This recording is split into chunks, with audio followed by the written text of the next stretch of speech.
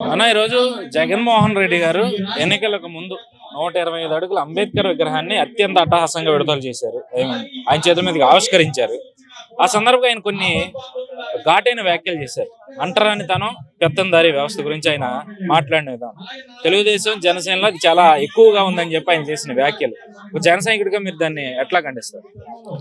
జన సైనికుడిగా ముందుగా నేను వైనాట్ 175 అని చెప్పి జగన్ రెడ్డి గారు ఎంతో గొప్పగా మాట్లాడుతున్నారు. నేను ఒక చిన్న ఉదాహరణ చెప్తాను, ఒక కుటుంబం గురించి చెప్తాను. ఎవరిని విమర్శలు చేయను, ఎందుకంటే మా అధినేత మాకు నేర్పిన నీతి అది. ఎవరిని విమర్శలు చేయము, కానీ పరిపాలన విధానాన్ని విమర్శిస్తాను నేను. తను చేసే పరిపాలన ఒక కుటుంబంలో చెప్తాను. నా కొడుకున్నాడు, ఎవరిని విమర్శ, నా కొడుకున్నాడు, నేను డ్యూటీ దిగి వచ్చాను, నానా నాకు 100 రూపాయలు ఇవ్వు అన్నాడు. అరే 100 ఏంట్రా, నా జోబులో 10,000 ఉన్నాయి, 1000 తీసుకొని వెళ్ళు అన్నాను. నా కొడుకుని నేను బాగు చేసినట్ట చెడగొట్టినట? దానికి ప్రజలే సమాధానం చెప్పండి, లేదా జగన్ గారిని సమాధానం చెప్పమనండి. లేదు నాన్న, నా దగ్గర 100 రూపాయలు లేవు, ఇదిగో 10 రూపాయలు ఉన్నాయి, జాగ్రత్తగా కొనుక్కో, లేకపోతే 10 రూపాయల వస్తువు నేను ఏమన్నా తీసుకొస్తాను అని అంటే, ఈ విధానాన్ని ఒక్కసారి అందరూ గమనించండి. రాష్ట్ర భవిష్యత్తుని నీకు ఒక 10,000, నాకు ఒక 10,000, 15,000, 14,000, 20,000 ఇచ్చుకుంటా వెళ్ళిపోవడం కరెక్టా? పథకాలతో పనికి వెళ్ళిపించడం కరెక్టా? పని అనేది కావాలి. ఒకరోజు అన్నం ఆకలేస్తుంది అన్నవాడికి అన్నం పెట్టు. నేను బిర్యానీ పెడతానన్నా రోజు బిర్యానీ తిండో, అన్నమే పెట్టు. నిన్ను బిర్యానీ పెట్టమని ఎవ్వరూ అడగల, ఇన్ని పథకాలు ఇమ్మని ఎవ్వరూ అడగలా నిన్ను. అలాగని ఇది వదిలేసి పవన్ కళ్యాణ్ 3 పెళ్ళిళ్ళు, పవన్ కళ్యాణ్ వ్యక్తిగతం అలా, పవన్ కళ్యాణ్ వ్యక్తిగతం ఎలా అని నువ్వు మాట్లాడేవు కనుక చెప్తున్నా. పవన్ కళ్యాణ్ ఇలా అంటే వేల కోట్లు అతను ముందుకు వస్తాయి.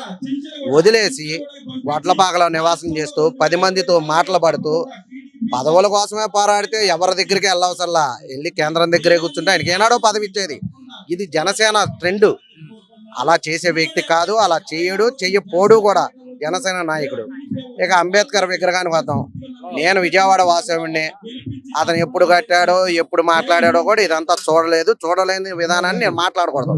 కానీ 25 విగ్రహాలు, 25 అడుగుల విగ్రహాలు, 125 విగ్రహాలు, 500 అడుగుల విగ్రహాలు కడితే మనం ఎస్సీ ఎస్టీలకు న్యాయం చేసిన వాళ్ళం అనుకుంటే అది నీ భ్రమ.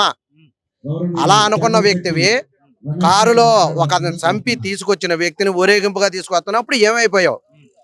ఒక వ్యక్తి మాస్క్ లేదన్నప్పుడు అతన్ని పిచ్చివాడిని చేసి ఆడిస్తున్నప్పుడు ఏమైపోయావు? అలాగే ఎంతో మంది వ్యక్తులు ఎస్సీ ఎస్టీలో, నాకు తెలిసి రిజర్వేషన్ల గురించి పెద్దగా ఐడియా లేకపోయినా వాళ్ళ చదువు నిమిత్తంగానే, వారికి బ్రతుకు నిమిత్తంగానే, వారికి ఉద్యోగాల నిమిత్తంగా ఉన్నాయి ఎన్నో నాశనం చేసావు. ఇవన్నీ చేసి మళ్ళీ 175 ఎలా అడుగుతున్నావు? నువ్వు ఎలా వస్తారని అడుగుతున్నావు. ఒక ఎమ్మెల్యేని మారిస్తే ఒక ఊరు బాగుపడిపోద్ది అనుకోవడం నీ తప్పు. వ్యవస్థలు పాడు చేసేసావు. ఒక మనిషి బాగుపడతాడు నువ్వు ఇచ్చే డబ్బుల వలన, అంతేకాని నువ్వు ఇచ్చే పథకాల వలన, నువ్వు ఇచ్చే రూపాయల వలన ఒక మనిషే బాగుపడతాడు, వ్యవస్థలు బాగుపడవు. ఇది మీరు తెలుసుకోండి.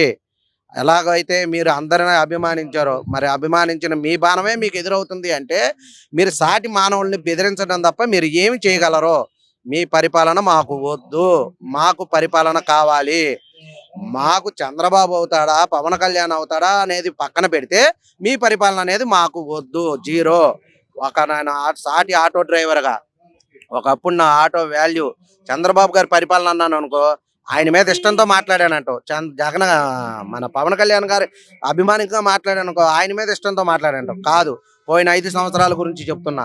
మన రాజధాని విడగొట్టినప్పుడు ఒక గూడు లేదు, ఒక నీడ లేదు. అటువంటి పరిస్థితుల్లో స్వార్థం అనేది ప్రతి మనిషిలో ఉంటుంది.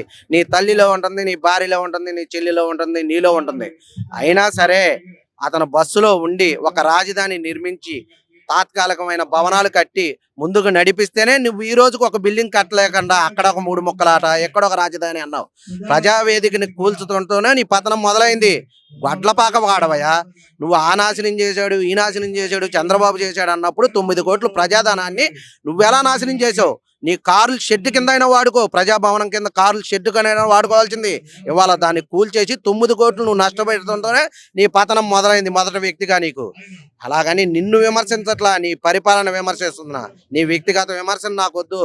నీ పరిపాలన జీరో. ఇది తెలుసుకో. ఇది తెలుసుకుంటే 175 కాదు, జీరో నువ్వు.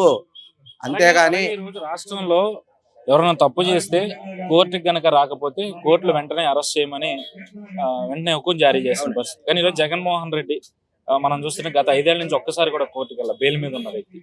పైగా తన మీద కోడికత్తి దాడి జరిగింది, దాని వెనక కుట్రకోణం ఉందని చెప్పి నానా రాద్ధాంతం చేసి ఎన్ఐఏమో అందులో కుట్రకోణం లేదు అని తేల్చి చెప్పాక కూడా కోర్టుకి వెళ్ళి సాక్ష్యం చెప్పకుండా కోడికత్తి సీన్ అని ఒక దళిత యువకుడిని దాదాపుగా 5 ఏళ్ల నుంచి కూడా జైల్లోనే మగ్గుతున్న పరిస్థితి. వాళ్ళు ఈ రోజు వాళ్ళ కుటుంబం అంతా కూడా నిరాహార దీక్ష కూర్చున్నా పట్టించుకోని పరిస్థితి కనిపిస్తాం. దీన్ని ఎట్లా చూస్తాం? అన్ని విమర్శించేది కొత్తగా ఏముందండి. తన కుటుంబానికే న్యాయం చేయనోడు ప్రజలకు ఎలా న్యాయం చేస్తాడు? ఆ రోజు అంటే ఒక్క ఛాన్సు రాజశేఖర రెడ్డి గారి బిడ్డ.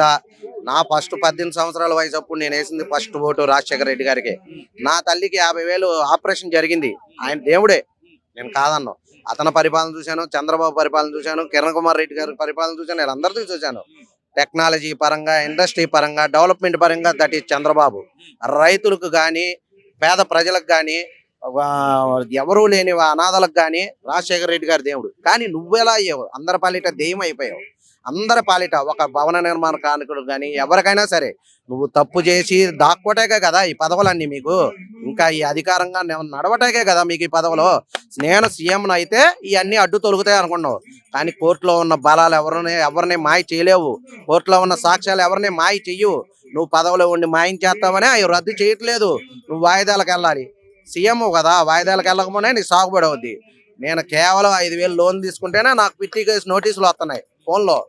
కేవలం నన్ను తిడుతున్నారు. నేను చావుదాకా వెళ్దాం అనుకుంటున్నా, కానీ బ్రతకాలన్న ఆలోచన.